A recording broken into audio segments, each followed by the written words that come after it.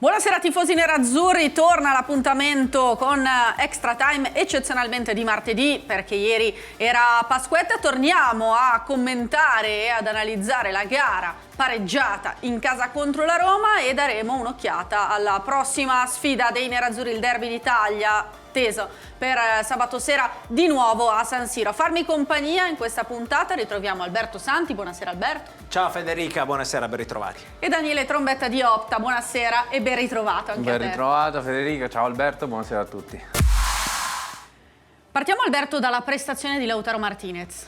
Sì, e ovviamente parlando di Lautaro Martinez ci offre anche la possibilità di andare ad approfondire quella che è un po' la convivenza con Icardi. È chiaro che i due hanno giocato insieme nel momento di, chiamiamola, massima difficoltà, perché si era sotto per un giocatore che, Lautaro Martinez, era al ritorno in campo dal derby.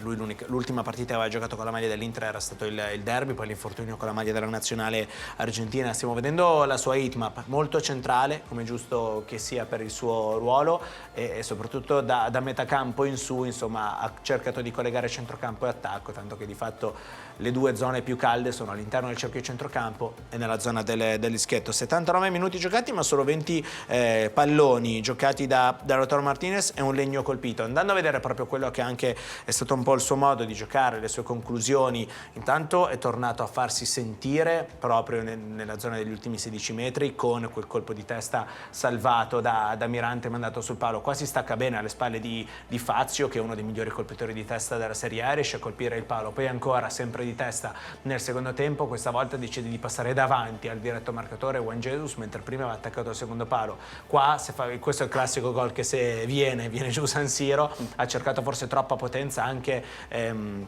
disturbato da Florenzi, che come prima citava Daniele ha sicuramente tantissime qualità, però quelle fisiche e aeree non sono proprio dalla sua.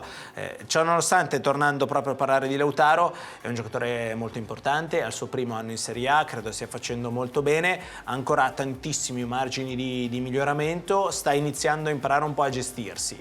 Quante volte abbiamo detto prende troppi cartellini, era diffidato, non è stato ammonito, quindi ci sarà contro la Juventus.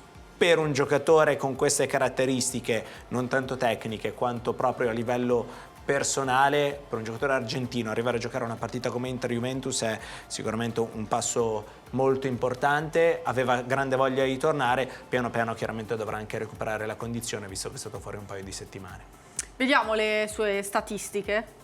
Sì, Alberto diceva, giustamente ha toccato pochi palloni, in realtà in fase di costruzione non è riuscito a aiutare tanto la squadra, ma fa un lavoro sporco, passatemi il termine, eccezionale, perché 2 recuperi, 5 duelli vinti addirittura su 11 tentati, quindi è sempre lì a lottare, è sempre lì a cercare la palla. Addirittura di questi 11 duelli 9 sono duelli aerei, quindi nonostante sia un classico giocatore magari di 2 metri eccetera, è comunque uno che riesce a trovare il tempo, riesce a trovare lo spazio giusto con l'intelligenza proprio di capire dove andrà il pallone, come è piazzata la difesa avversaria e dove andarsi a inserire, se sul secondo palo, se al centro, se sul primo palo.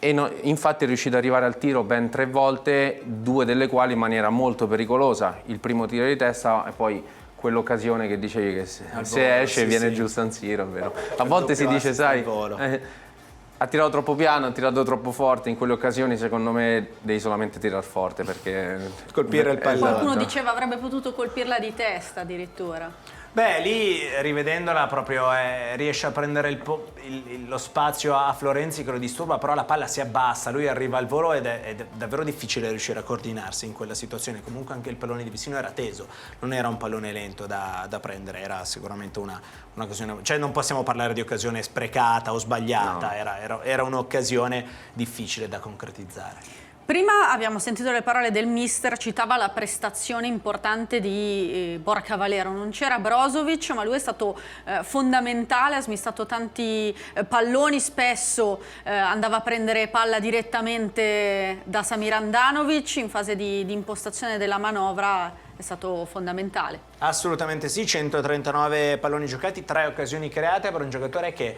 abbiamo detto più volte, è totalmente diverso rispetto a Marcelo Brozovic, pur giocando in un ruolo molto simile.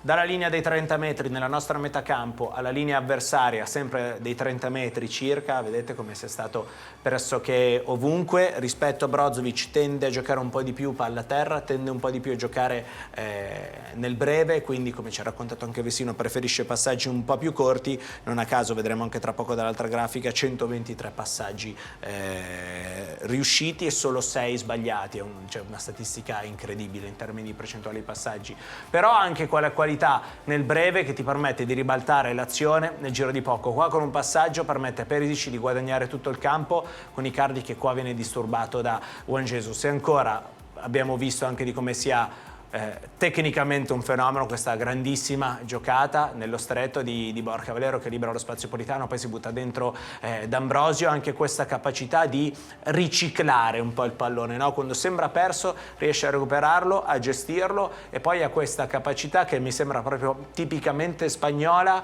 di difendere il pallone, pur non essendo un bestione fisicamente, pur non essendo Skriniar, visto che prima abbiamo visto Skriniar.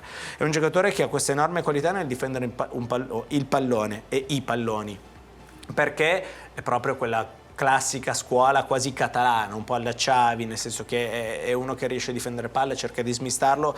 È un giocatore clamorosamente importante per Luciano Spalletti, nell'ottica proprio della stagione intera, perché caratteristiche come le sue l'Inter non ne ha, le ha Brozovic, ma è leggermente diverso. E poi è un giocatore che palla al piede può dare una mano importantissima, paga da un punto di vista magari fisico, soprattutto alla lunga, però è un giocatore che per questa squadra è stato molto importante a sostituire Brozovic. Vedremo se il croato tornerà, però dovrebbe tornare già contro la Juventus.